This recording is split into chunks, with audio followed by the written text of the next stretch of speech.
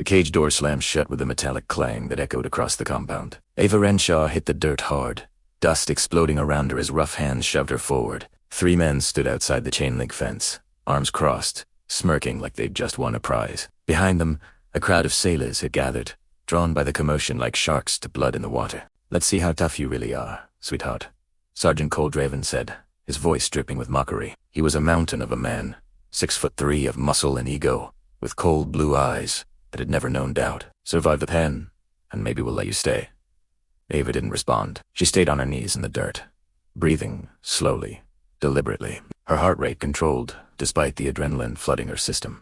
Around her, 6 Belgian Malinois circled like wolves, their lean bodies tense with predatory focus. They hadn't been fed in 24 hours. Standard aggression training protocol. They were hungry, agitated, and a 130-pound woman had just been thrown into their territory. The lead dog, a massive male with a scarred muzzle, took a step forward, his lips pulled back, revealing impressive fangs. A low growl rumbled from his chest like distant thunder. The others followed his lead, tightening the circle, their eyes locked on Ava with lethal intent. Outside the fence, Corporal Hayes laughed. "Give her 30 seconds before she starts screaming." 20, Private Linden countered. "Look at her. She's already frozen with fear." But Ava wasn't frozen. She was calculating. Her trained eye had already identified each dog, catalogued their body language, assessed the threat level, and most importantly, she'd recognized them. The scar on the lead dog's muzzle, the white patch on another's chest, the distinctive gait of the female bringing up the rear. She knew these dogs. "Easy, Titan," she said softly, her voice carrying a warmth that seemed impossible given the circumstances. "Easy, boy." The effect was instantaneous. Titan's ears flicked forward. His growl died mid-rumbo, replaced by a confused whine. His massive head tilted to the side, and for the first time since entering the pen, uncertainty flickered in his dark eyes. Outside the fence, Draven's smirk faltered. "What the hell?" Ava slowly reached into her jacket, her movements careful and deliberate. She pulled out a small cloth patch, faded green and smelling of gun oil and desert dust. It was a piece of her old uniform from Afghanistan, something she'd carried across oceans and continents, something that bore her scent, the chemical signature the dogs never forgot. She held it out, palm up. "Remember this, Titan. You remember me." Titan closed the distance in 2 strides. He shoved his scarred muzzle into her palm, inhaling deeply. His entire body went rigid as his brain processed the information his nose was providing. Then his tail began to wag, slowly at first, then with increasing enthusiasm. He let out a sharp bark, not aggressive, but joyful, and suddenly he was all over her, licking her face, pressing against her chest, making those deep grumbling sounds of happiness that she remembered so well. "That's my boy," Ava whispered, wrapping her arms around his neck. "That's my good boy." The other 5 dogs, sensing their leader's change in mood, approached cautiously. One by one, they sniffed her, recognized her, and transformed from predators to companions. Within 60 seconds, 6 supposedly aggressive military working dogs were sitting in formation around Ava like devoted soldiers around their commanding officer. "Impossible," Draven breathed.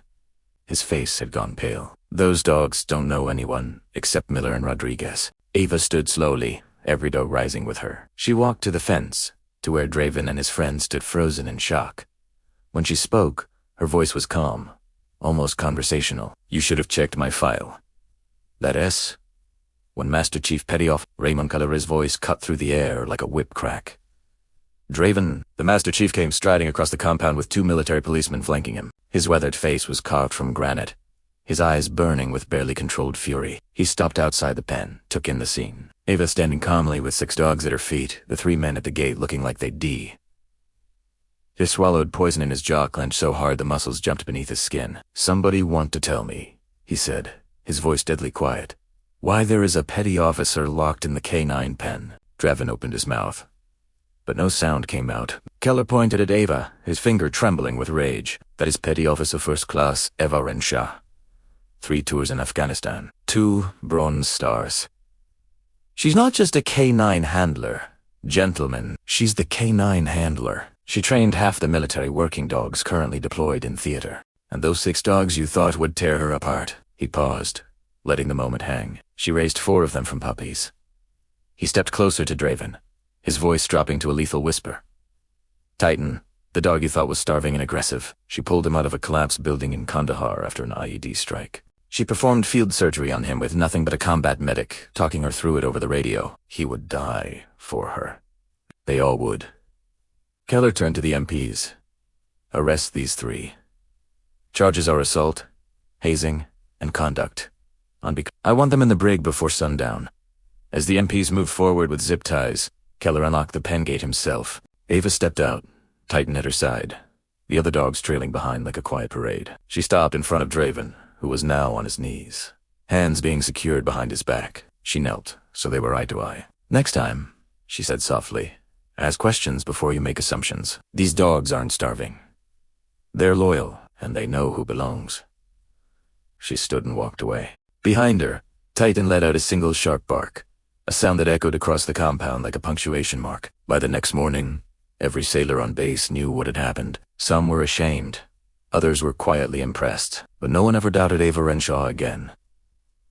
She didn't ask for respect. She earned Italiano, not with fists or words, but with silence, skill, and the unshakable bond between a handler and her pack. Because real strength doesn't shout, it waits. And when tested, it simply stands in that dusty K9 pen, surrounded by dogs who knew her scent better than their own names. Ava proved something the world too often forgets. Real power doesn't need to prove itself. It just is.